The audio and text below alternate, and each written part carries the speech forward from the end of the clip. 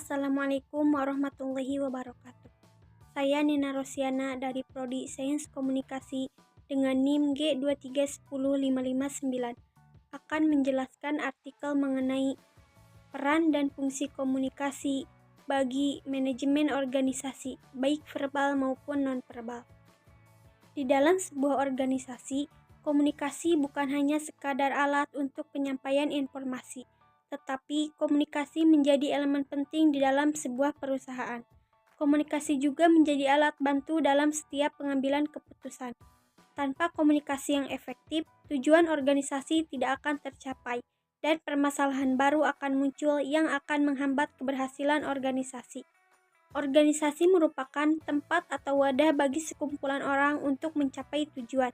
Sementara komunikasi merupakan sebuah kegiatan penyampaian pesan yang terdiri dari pemberi pesan komunikator dan penerima pesan komunikat. Peran manajer terhadap komunikasi.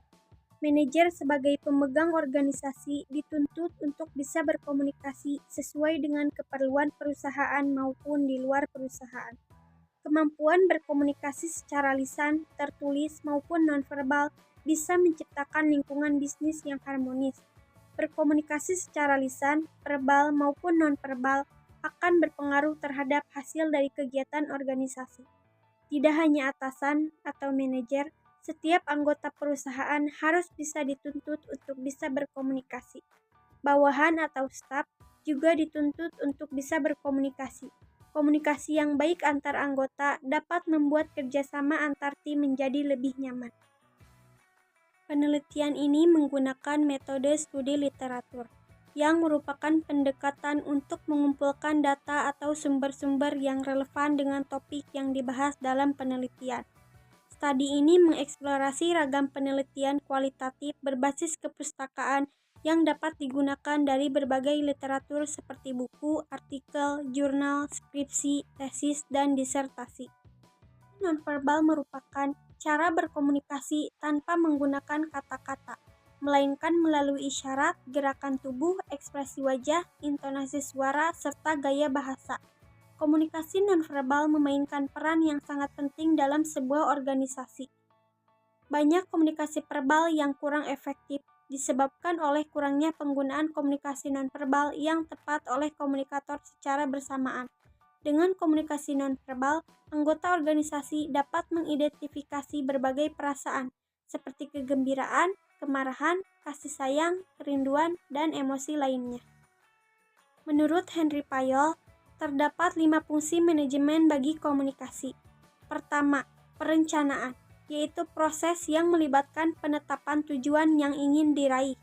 Kedua, pengorganisasian, merupakan proses pemberian tugas, pembagian sumber daya, serta pengaturan dan koordinasi aktivitas setiap individu. Ketiga, pengarahan atau motivasi, merupakan suatu proses mengarahkan, membimbing, dan mendorong karyawan dalam melaksanakan suatu rencana. Keempat, koordinasi, yaitu menyatukan seluruh aktivitas dalam organisasi. Kelima, pengawasan, merupakan proses pengawasan atau evaluasi terhadap pelaksanaan aktivitas organisasi untuk memastikan bahwa semua pekerjaan yang dilakukan sesuai dengan rencana yang telah ditetapkan.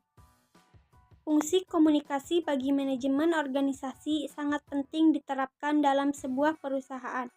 Tujuan yang krusial dari komunikasi yaitu dapat memastikan apakah pesan yang disampaikan akurat atau tidak, dan bagaimana berkomunikasi tersebut dapat berjalan secara efektif dan membawa dampak positif bagi organisasi. Terdapat 4 fungsi komunikasi dalam organisasi. 1. Fungsi informatif. Organisasi dilihat sebagai suatu sistem pemrosesan informasi, di mana seluruh anggota organisasi berharap bisa mendapatkan informasi yang lebih akurat, lebih banyak, dan tepat waktu. 2. Fungsi regulatif. Fungsi regulatif selalu terkait dengan peraturan-peraturan yang ada dalam suatu organisasi. Ada 2 faktor yang mempengaruhi fungsi ini. Pertama, manajemen atau atasan yang memiliki otoritas untuk mengontrol semua informasi yang disampaikan. Kedua, pesan. Pesan yang bersifat regulatif cenderung ditunjukkan kepada bawahan yang membutuhkan kepastian mengenai aturan dalam pekerjaan. termasuk apa yang boleh dan tidak boleh dilakukan. 3. Fungsi persuasif.